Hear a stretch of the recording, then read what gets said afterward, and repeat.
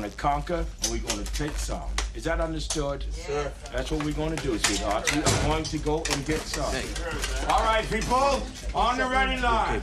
Are you me? Yeah! Are you me? Yeah! What are you? What are you? The November issue of Exceptional Parent magazine has two themes: financial information and parenting more than one child with disabilities. Read all for free at www.epmagazine.com. Follow EP Magazine on Facebook, Exceptional Parent Mag, and on Instagram and X at EPMZine.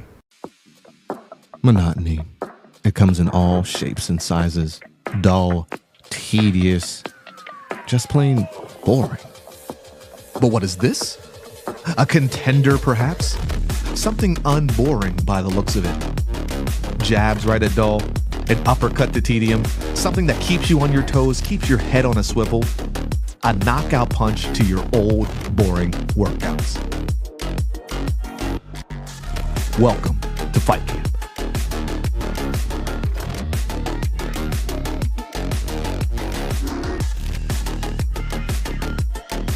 Oscar Mike Radio is a proud podcast partner of Reach Across America Radio, heard every Thursday at 11 a.m. and Sunday at 8 a.m. Eastern.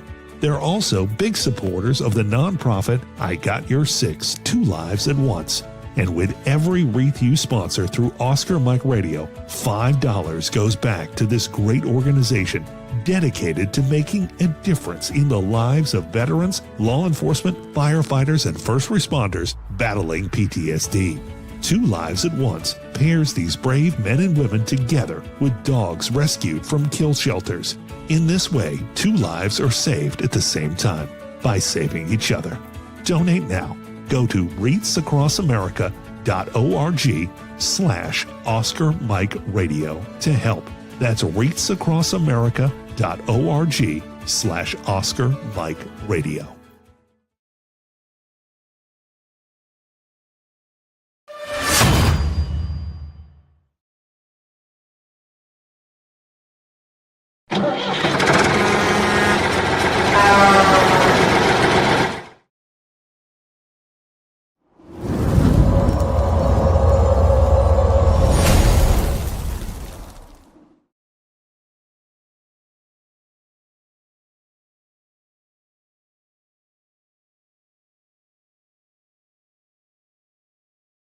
Marines are made for this. Made for the calling only warriors can answer. Made from an unshakable belief in our nation and a strength that comes from the determination to win together. But you'll have to earn your place among us, because you don't join the Marines. You become one.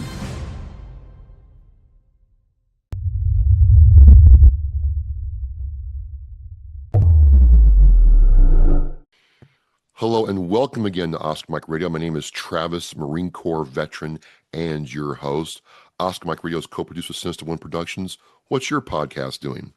I want to thank my sponsors, Joyce Asack of Asack Real Estate and Danielle Rocco with Echo 6 Ranch, and my supporters, Cason Shaving Company, Exceptional Parent Magazine, and Fight Camp. Be your strongest combination.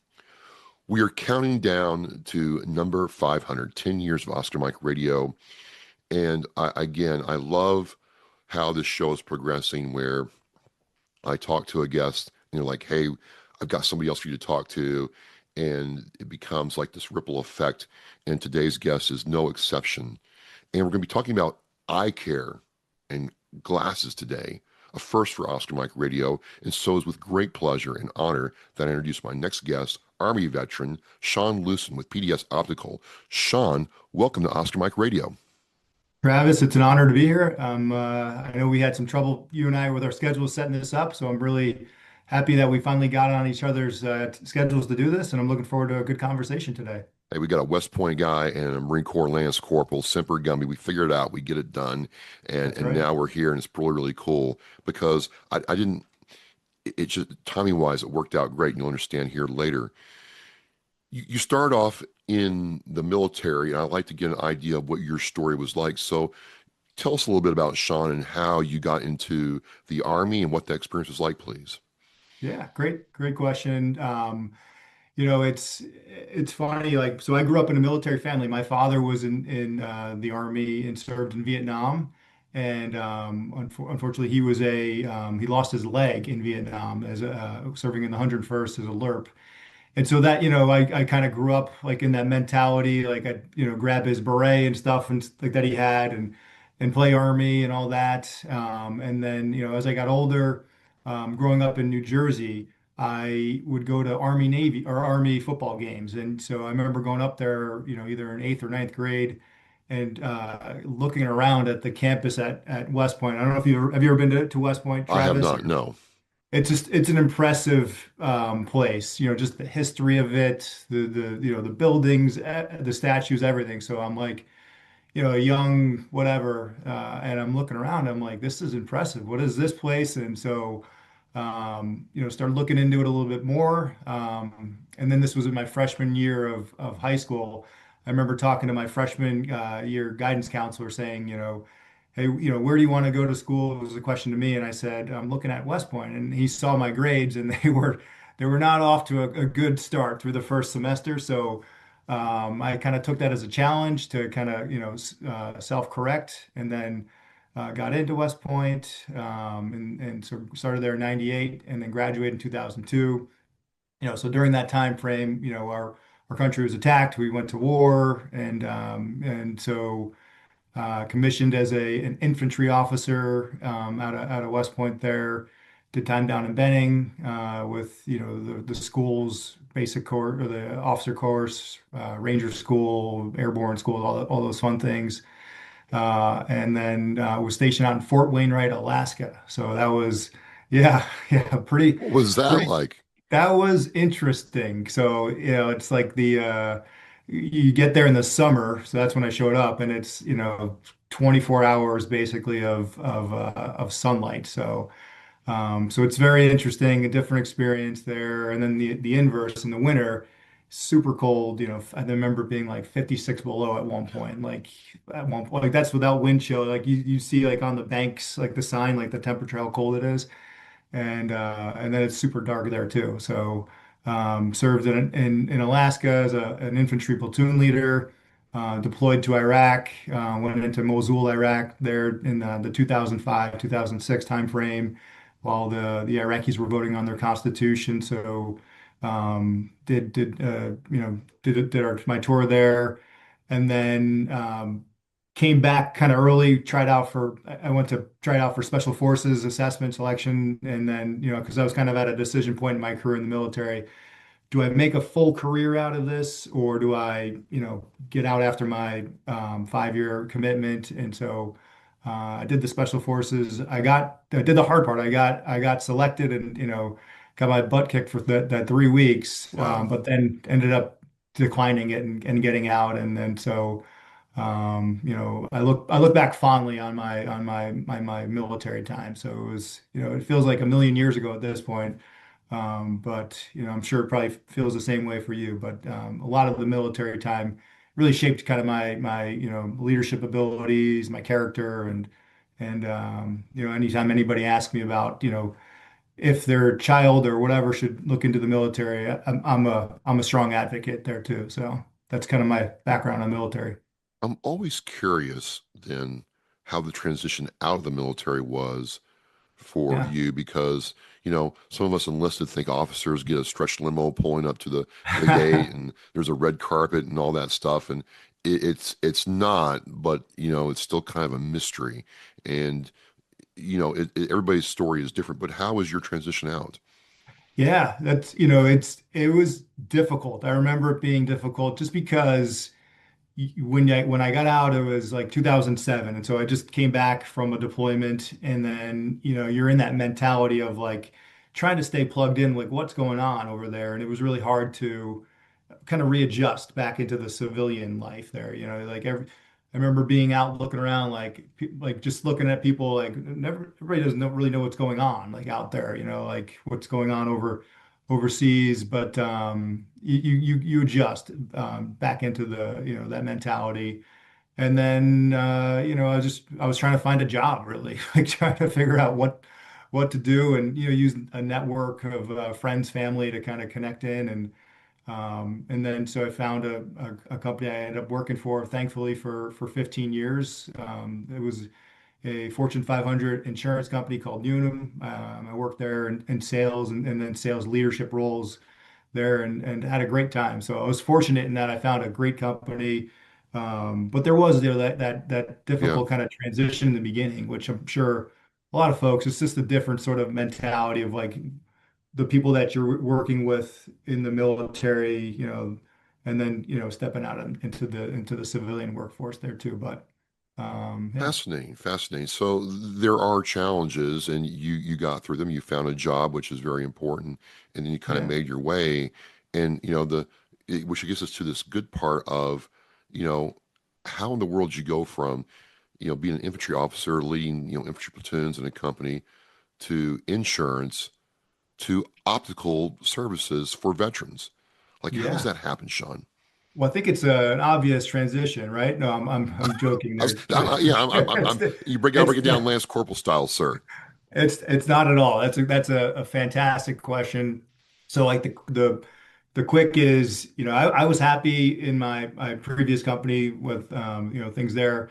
So PDS, which I'm now the CEO of, was founded by my uncle. And I say uncle, but it's like my dad's best friend growing up from Brooklyn. So like, it was Uncle Rich, but there's no blood, but like, he's Uncle Rich. He's always been around for so Rich Murray, he started up PDS Consultants 25 years ago. And so what it was he would bid on government contracts, VA contracts for eyeglasses, making prescription eyeglasses, and then would subcontract them out to optical manufacturers and stuff like that. And then so it, grew slowly. He didn't, jump in and win a contract. It took some years for them to do that and build a name. But then when they did, when he did, it grew from one contract to two contracts. And then later down the line, my father stepped into the company to help there too.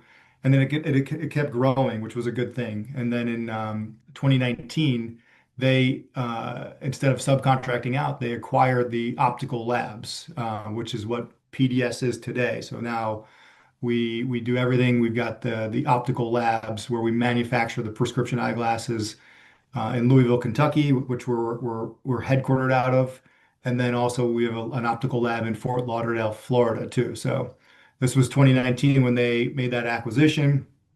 But then right around then, shortly after, they're getting into their 70s at that point. So they're looking like, hey, we should maybe look at succession Yeah, planning. And yeah, so I remember my dad. So back to your question of like, how do you get into it? I remember my dad talking to me about this, and he's like, the company's doing well, and I never really knew like the magnitude of it too. Like he would talk to me about it, and I would kind of get glimpses of like what's going on at the company there too. And so he's like, hey, we'd like to maybe see if you'd step in and be if you want to step in and take over maybe down the line. And I'm like, I don't really know much about eyeglasses. Like I know how to lead and I know how to motivate and all those types of things. And I've got an MBA, and so I've so I know how to, I think feel like I know how to run a business. But anyway, so I stepped in as a consultant while doing my other job behind the just to kind of get a feel for the company. And then the more and more I got ingrained within PDS and just learned about our company, our mission,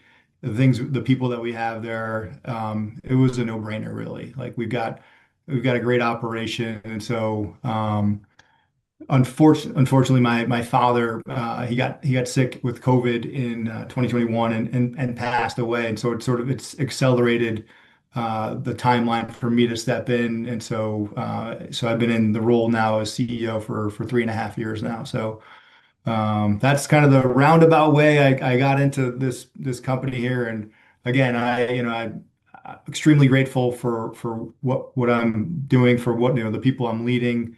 Like I mentioned, we've got a great operation, and more importantly, a good mission, which I remind my team about each and every day. Just explain the why of what we're doing. what is the why then? Just Yeah, yeah, clarify.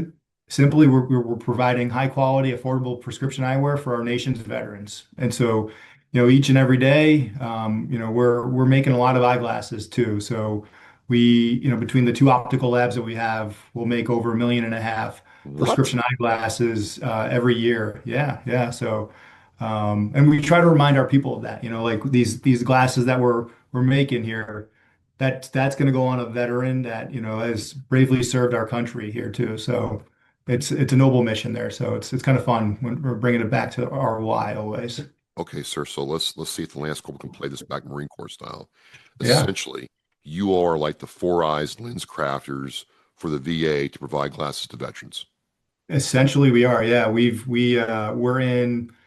We're serving probably 80% of the Yeah. veterans out there in terms of the contracts that we have.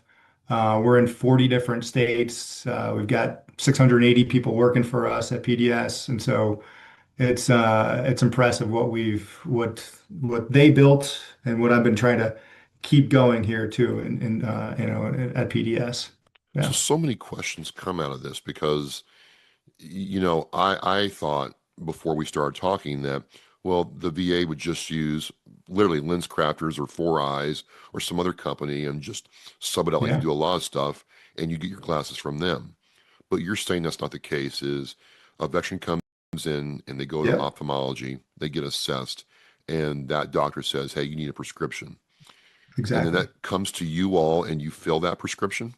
Yeah, yeah, yeah. The way it's set up, that's a Wait, wait, good, wait, wait. Sorry, time out, sir. And it's done right here in the United States. exactly. Yep. Get Yeah. out. Yeah, yeah.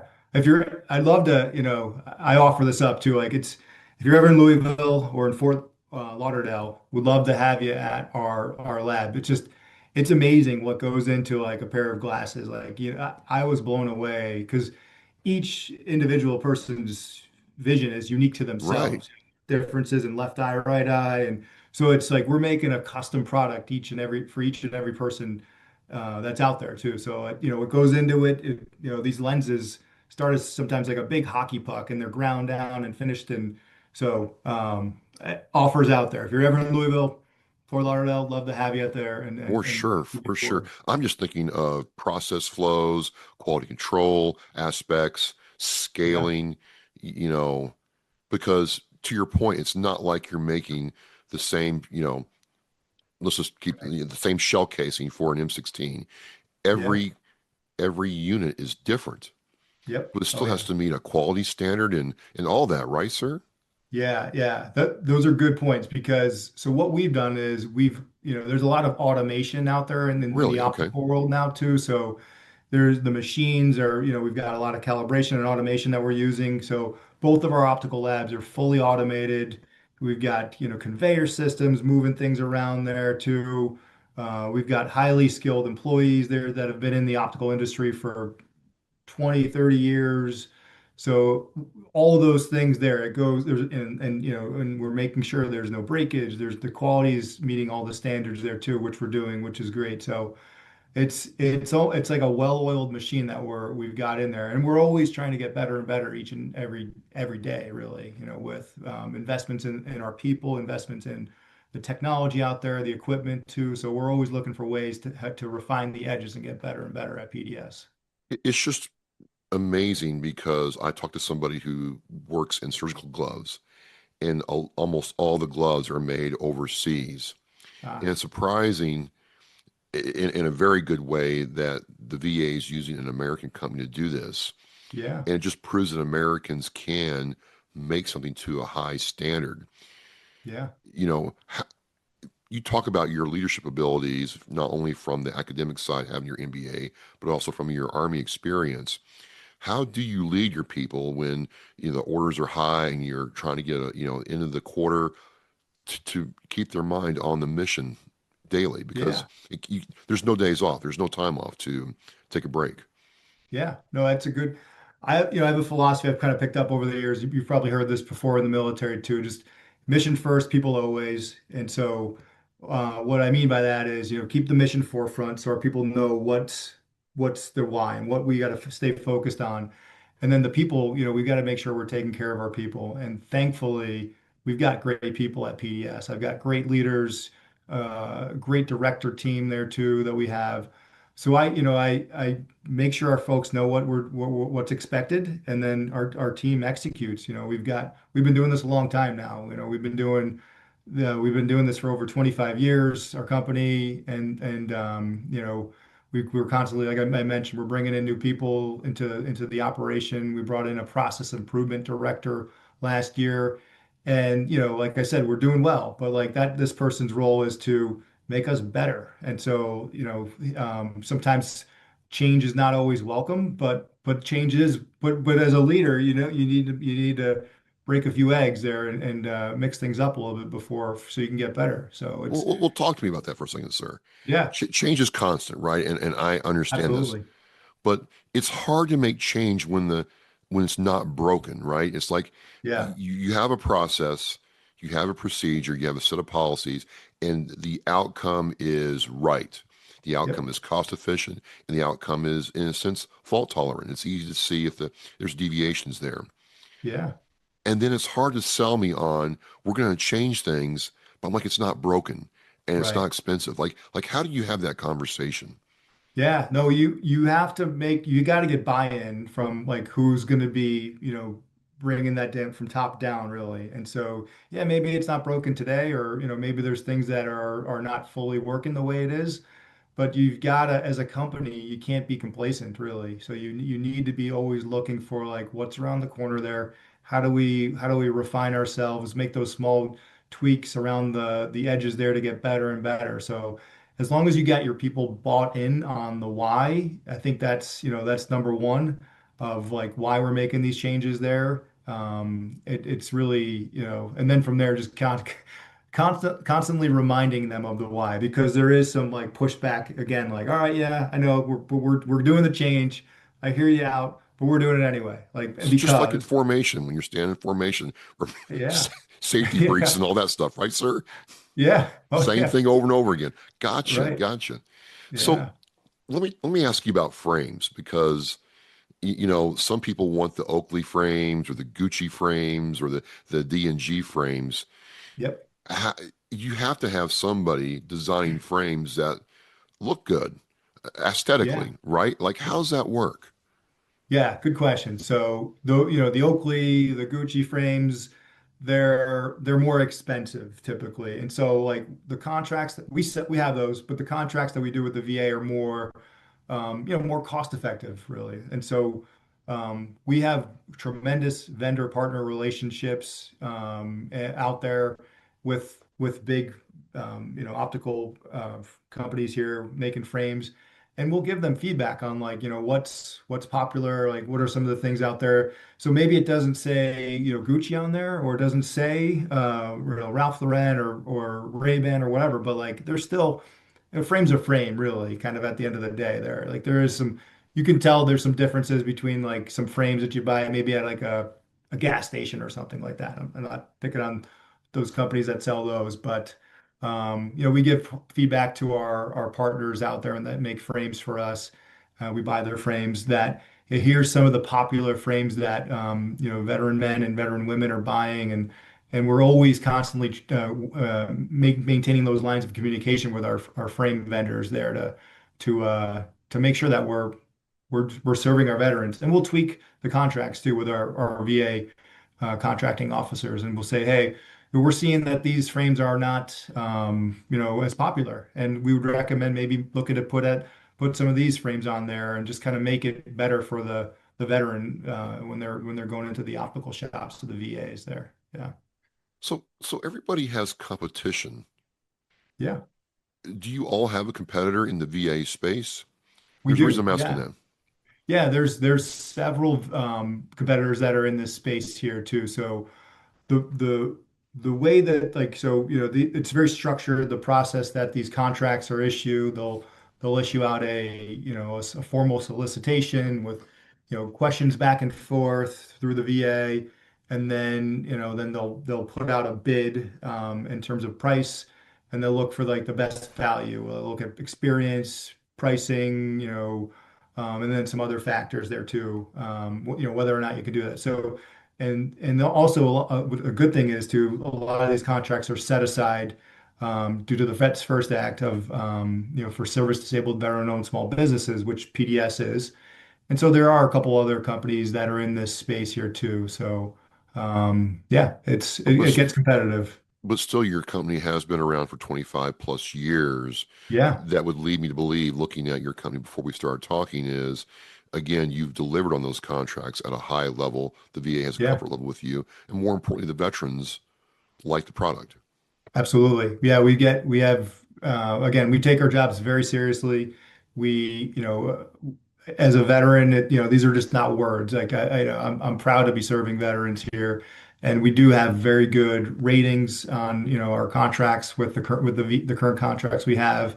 It's very structured too, like, military and government in terms of like performance. We have to deliver weekly performance metrics to them, and we're hitting all our marks there and exceeding them, across the board, which is, again, it's a good way for us to push ourselves and show the VA that we're doing our jobs too. We'll come back to glasses in a second. I just, while we're Yeah. in the subject of competition, have you guys ever thought about, competing with the lens crafters or Four Eyes out in the civilian sector, or do you all do that now? Great question. They're big. We feel like we're pretty big, but we're not, Okay, that's like the billion-dollar companies out there like Essilor and Luxottica. Um, so where I'll go with this, we're always looking at, business development opportunities within our company, right? So we do a lot with 99% of our business is with the VA. And then so we have four other pockets of business there too. We have an e-commerce website called Lens Factory where let's say you got those Gucci frames there, but then you're getting older and your prescription has changed. So you're getting, your vision has changed and you send those frames into us and we can put in your new prescription there. So that's, one of our side businesses there. We also have a safety business. So it's funny, I mentioned Louisville, Kentucky. We do a lot of the bourbon distilleries down in that area there in terms of like safety glasses for their workers. And then we have safety contracts throughout the country too, which is something we bid on. We also have a local retail store in Louisville, where you can come in and buy glasses similar to like a lens crafters. And then we also do some Medicaid business there too. So those are sort of like our side businesses, but we're always looking at like, how do we kind of grow, or what are some other things that we're not doing? And those types of questions that you just asked there are things that we talk about as a leadership team. So sure, we're not quite sure. there yet. Yeah. I want to talk about the actual lens itself because there's just a lot I don't know. Is the lens still glass? It's my understanding that some of these lenses are some type of plastic. I don't Yeah. know much about them. So how's the lens process work? Yeah. So glass is really obsolete now. So it's, Really? yeah, it's just not it's not the best materials out there. So like in the 70s, 80s, there's been like, more plastic polycarbonate lenses there. It's just better for seeing, more clarity there, more durable there too. So like the lens, industry and technology has really changed there too. So it's more like plastic based, or plastic or polycarbonate products there for lenses that we use. Yeah. Now, just educate me here. When we're talking about durability, are scratches reduced with the polycarbonate? Yeah. Really? Yeah, you're Travis, you're good. You're picking up. We may be bringing you into the optical space here after this. So yes, there's a lot of scratch resistant lenses. Either come with it or we'll put in some special coatings afterwards to make them scratch resistant. There's tons of things you could do, like, AR technology there we can do, like anti-reflective, anti-glare. Those are similar terms there too. So there's a lot of different things that you can add into the lenses, photochromic. I'm not sure if you're familiar. I'm giving you too much here. Like No, no, no. It's fire hose time. I'm loving it. I'm so like, me being into this like 3.5 years as CEO and then, 5 years in the optical space now, I'm constantly pushing myself to learn too. Like I just recently, passed my ABO, which is an exam our opticians take. So Really? yeah, so it was, I underestimated the challenge of it. So I ended up taking it. Actually, it took me 3 times to pass the exam. So I'm being fully honest on your podcast here, but it was If I may, that kind of it's very interesting to me because yeah. sometimes people think the CEO is the CEO, and some CEOs don't bother with it. But is that a leadership thing that you wanted to take that test and understand what your Yes. team and staff and the industry is doing? Why'd you do that? Yeah. You didn't have Yeah, to. I didn't, it was a lot of time.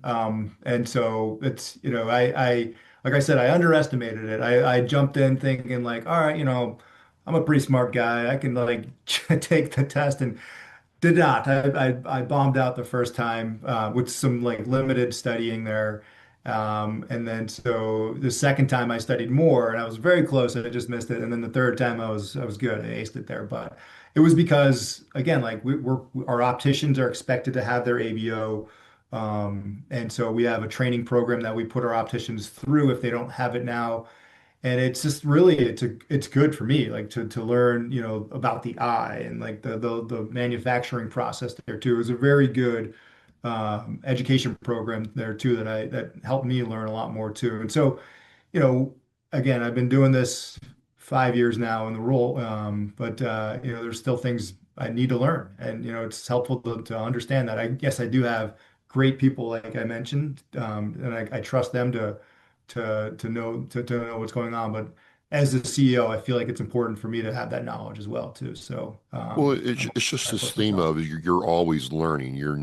Absolutely. You're never stopping learning. You're always learning. And Yeah. again, some people think, well, CEOs don't have to learn. They're already at the top. But you're Yeah. saying, you know what, in order to be better myself and better for my company, I had to go Yeah. through this process. And yeah, it was Right. humbling at first.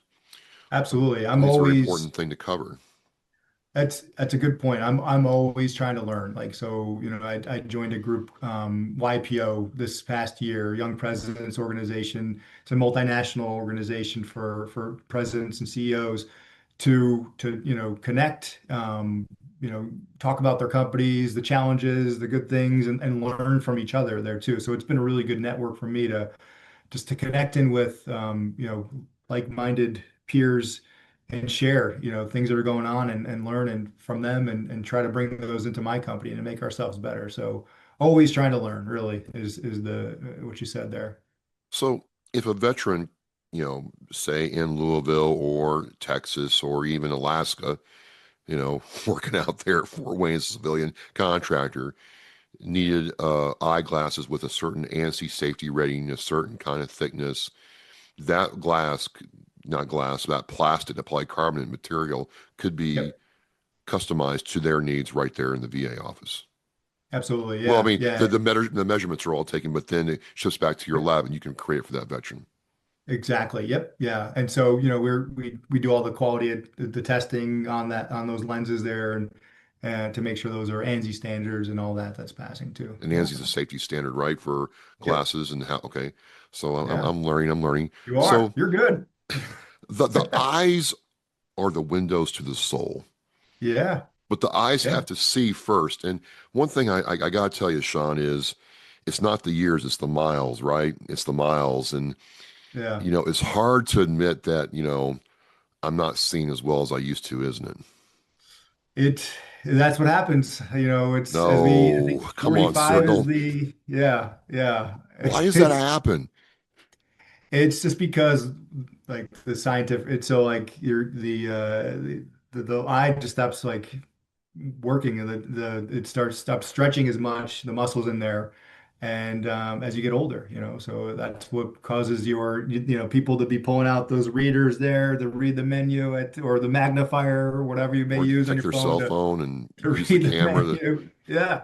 It's just age, really. It's just, you can't escape it there, Travis. So I'm in the Well, same boat. I got my glasses here too, and I was tempted well, to wear them for the podcast here, well, but we'll so far I haven't we'll had to get to use that. them. We'll get to that. But Yeah. some veterans, one, don't like going to medical. Yeah. And some, wearing eyeglasses is like, yeah, you got to admit that you're getting old. And so they'll suffer for an interminate length of time, right? Why Yeah. should a veteran, the minute they start experiencing these symptoms, immediately seek treatment rather than suffer? I mean, it's a simple question, Yeah. but there's enough of us that it's got to be asked.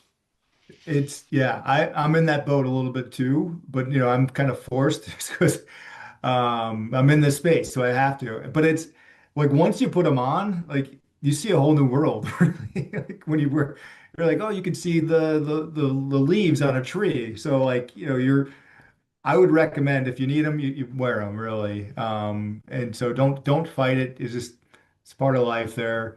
As a veteran, you come into the VA. If you have any service connection disability, which unfortunately a lot of veterans do, just based on, wear and tear on our bodies, you qualify for free eye care, and free eyeglasses through the VA health system. So I'd fully recommend, to be doing that there. And as you get older, you need them really, to seeing, and it just help your quality of life really. So So, that's my pitch to you. so I'm like, I got emphatically encouraged as a stand down, and these nurses were like, "Hey, have you had your eyes checked?" I'm like, "No, why would I need to do that?" They're like, Yeah. well, come on." And they're like, "You need Yeah. glasses." I'm like, "No, I don't. No, I'm not getting glasses."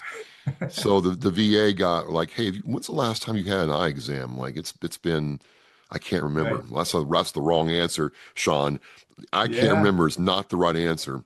Yeah. So they evaluated my eyes, and she was a Chinese, Yeah. doctor, and she's like, "Mr. Poddington, you need glasses. I take care of you." I'm like, "I don't need glasses." She's like, "Yes, you do."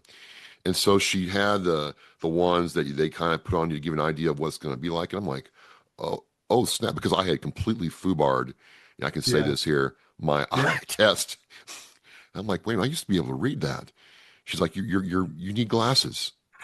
So I Yeah. went out to the thing, and they're like, well, what frames do you want? I'm like, and take a good 5 minutes. I'm like, why do I need 5 minutes for frames? And then I found out you all have tons of them. Yeah. It's not just like metal frames or black frames or whatever. There's literally, Sean, there were like thousands of them I could look at. Yeah. And it's like, oh my God, I got to wear these things and try to look cool and not admit that I'm old at the same time. So I selected a pair of tortoiseshell frames. Yeah. And so, and I'm going to put them on here in a second. These, and I'm curious, we're gonna see how involved you are in your product. These are Yeah. called Tortoise Modern Slick. Yep. And Familiar so with I those. got them, and I'm for the first time ever, I am putting them on. And wow, Oh yeah. I mean, Sean, you look more handsome now than you did 3 seconds ago, if that's See, there you possible. go. All I mean, right. dang, not a wrinkle on your face. What are you doing, sir? You look good too. You look good in those there, Travis. Uh, That may be the look now. Yeah. right. I mean, well, this is it. And they're the ones where if I look Yeah. down, it's kind of like reading glasses. But if I look up, Progressives. Yeah. and you're Yeah. like in like, forget 4K, forget 8K, you're like in Yeah. 20K right now. You answered your own question there. That's why we need them, I guess. As you Do get you have older, like yeah. glasses? Do you wear your own product? I've got the same exact pair right here. Well, put them So, on, put them on, yeah. There we go. Right there. dude. Look at Progressives that. too. Yeah. Look at Yeah. us. Oh, this is what they're called. They're called progressives. Yeah. So you can see, for far and then Yeah. near, when you kind of, I yeah. look up, I see far. I look down, I see clear for reading. So these are called progressives. Yeah, and we made those too. So you probably went to the Boston I or went to the the Brockton VA. Brockton VA. So that you met with one of our opticians Yep. there, and those came to our optical lab there, and we made those for you. Yeah, Your company made these glasses, we did. That's PDS is quality right there. Yeah. made in the United States by Americans. Yes. Yeah. That's awesome. I mean, it kind of Yeah. sucked in some ways, but now, and Yeah. I didn't have, when we first started talking about doing this, ladies and gentlemen, we've been trying to talk now for almost 7 months. Right. Oh yeah. It's been a while. And it's just not nothing personal, Sean. It just, we've not been synced up. But I Yeah. didn't have these when we started talking. And now Oh, I great. have these. It's a whole different conversation. It is. Now you went through the experience. You've got, hopefully it was a good experience. It sounds It like it has been. Yeah. And we I don't mean to put you on the spot, but like, do you remember how long it took for you to receive those? Was it pretty quick or? Well, I mean, you can ask me questions here. So, Yeah, um, I went in to get my eyes assessed. It was a scheduled appointment along with my yeah, physical. They said, "Hey, you need glasses," and they said it'd be like 15 days. I'm like, yeah, no freaking way. You mean to say 55 days? And yeah, the doctor was like, no, it's going to be 15 days. I got them in 10. yeah. I got them in 10, shipped So, UPS to my house, um, right in the yeah, Amazon, locker, and took them out. And, she did say, hey, you're going to have to wear these, get used to them. You're not going to be used to seeing yeah, so well. And Sean, she wasn't kidding. I'm like, oh, wow, that looks pretty good. I mean, Sean, you look amazing right now. Like, again, 20, we're going to coin a new term called 20K. Okay. 20K. Not I like 4K, not 8K, 20K. it. And so veterans do amazing things after they get out of the military. Some of them, go into business, start their own nonprofits, write, read, become artists, or just go back to their families and do this. But what's it like for you on a personal level? You saw what the cost of your father's service. Yeah, He got you involved with your uncle's company, you're right. yeah, And yeah, now you're making something that we're about, what, I don't know if you're in Louisville, but Louisville's about 1,400 miles, 1,100 miles away from Massachusetts. yeah, And something half a country away is being worn right now by a veteran. And you didn't even yeah. know this before we started talking. No, it's Does pretty it make cool. the day worth it to you? It does, again, again, like just standing back and like thinking about our mission, what we're doing. Like you're a veteran, you've served wherever, right? Like and done great things for our country and millions of veterans we're serving each and every year. And so like again, like just proud as a veteran to be doing that and carrying on the tradition that my uncle Rich Murray, my father, and our company has really started. And so it's just fun. Like I even have like a friend that had reached out to me, like who I served with in Alaska as a platoon leader in the same company. And he's like, "Hey, I got he's in Nebraska, so we have that state as well." And he's like, "I got these glasses today." He sent me the picture, like really cool. Like just it's even cooler just knowing that like you and your company was a part of it, just because he knows me personally and stuff like that. And it was just it makes you proud again, like of like what our team is doing. And again, like it's just great, and another thing too is we're trying to get more involved in like, just veteran organizations out there too. And so like last year or this year, actually earlier this year, we did something called Lone Eagle Honor Flight. So are you familiar with Honor Flight? I'm sure I you've am, probably yes. yeah. And so like Lone Eagle Honor Flight, just like we just sponsored an honor flight for 50 veterans all throughout the country to come to DC and, just experience the all of the everything that goes on there with the monuments and it was just incredible. We had our employees participate as chaperone sponsors there for veterans. Oh, We wow. actually had two World War II veterans there, in the 95 plus years old. And then just like interacting with them like during the day, and then we had a dinner the night before, and just talking to all different veterans, and they're like wearing glasses, and I'm like just curious, where'd you get those from? Like, oh, I got it from this state. And I'm like, oh, we do those too, and they're like, oh, it's great, I love it. I was able to buy additional sunglasses with our prescription for fishing, and so just hearing those stories about like all the good things that our company is doing for our veterans just makes me proud, really. So yeah. Well, I think in a way, and this is not just, hyperbole here, in a way you encapsulate the veteran story. Yeah. You served, you went overseas, you went to combat, you came back, you had your transition ups and downs, and you found a way Yeah. to not only, keep business here in the United States, but also serve veterans, and also you're having your staff who may or may not have served also engage with veterans. I think that's part of the veteran Yeah. success story that I'm getting a chance to learn about here. Yeah, absolutely. It's you summarized it well, Travis. Yeah, we're again extremely proud to be doing what we're doing. Well, pride Don't take it is for it really granted. pride? So Pride, dignity, and service, PDS. yeah. So that's funny. Like, so just, just kind of going all over this but like, when I stepped in, we were called PDS consultants. And that doesn't really ring optical. So I was like, all right, let's rebrand. So you could see, the PDS optical with the eyeglasses, and we rebranded. That was kind of fun as a leadership team to kind of work through that. And then it's funny too. I was talking to our director of our lab operations in Kentucky, and I'm like, hey, do you know what the PDS stands for? And he's like, he made up something. I don't remember what it was, but I'm like, no, that's not right, and that's a problem. Like, and so it was like pride, dignity, and service. And those are three of our core values as a company there too, and that we try to instill within our employees. So just like the little things like that, like reminding of the mission, just instilling the core values with our employees there, and just kind of, that branding piece there, just making sure our employees know like the good things that we're doing for our veterans, and just the little things like that I've been trying to push within our organization there too. So. Yeah. Well, Sean, this has been a very insightful conversation. I've learned about some of the manufacturing technical aspects of glasses and how that all works, and then the aspect of leadership too. We talked about that and how you got that certification because you wanted to improve yourself, but also set the example as a CEO.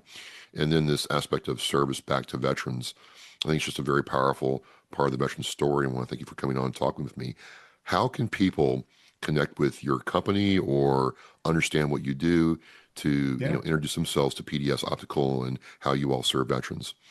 Yeah, so we've got a website, www.pdsoptical.com. So you can reach out to and check about the company there. You can find, if you're interested in connecting with me, I'm on LinkedIn. So Sean Loosen, SeanLoosen is my name, and I'm pretty good with connecting on LinkedIn. I do get some sure a lot of us get a lot of marketing stuff on there just to filter through, but I try to keep up with that as well. And we're on some of the socials as well. I think we've got a Facebook PDS optical site that our marketing team manages. So those are some of the ways to get in touch with us. Well, Sean, my promise to you is next time I got time in Fort Lauderdale and/or Louisville, I'll definitely reach out to you and would love to be honored to take a tour of the factory. I enjoy wearing my glasses, even though part of me is like I'm trying to be cool, but no, it's certainly a game changer and improved my life. So I want to thank you for coming on and talking with me. This has been fun, Travis. This was a great conversation here. I really enjoyed connecting with you. And that offer stands. So anytime you're down there, pop in, let me know, and we can set it up. And I just want to wish you congrats on your 10 years here coming. So this is that's exciting there. So great work for you. Thank you very much. Thank you, Evocati PR. Look, folks, you have the quintessential veteran story right here. I hope you learn from what Sean is doing and his experience.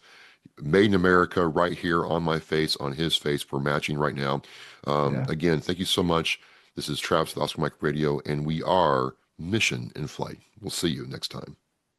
The biggest fear Gold Star families have, that their child will be forgotten. We need to never forget freedom wasn't free. It's the fact that they give us the life we have now. We should remember them and give thanks to them. If I can be a part of something today that's going to make the surviving family of any of these veterans, these heroes, feel better tomorrow, then it's worth it. That one wreath symbolizes one family that was able to smile because of the generous donations. To sponsor a wreath and honor a veteran, visit wreathsacrossamerica.org. Thank you for listening and watching Oscar Mike Radio, where our active duty service members and veterans are in action and the mission is in flight. Oscar Mike Radio is an oversized load co-Sinister One production. If you are a veteran or know a veteran who needs help, please dial 988 and press 1 for the Veterans Crisis Line.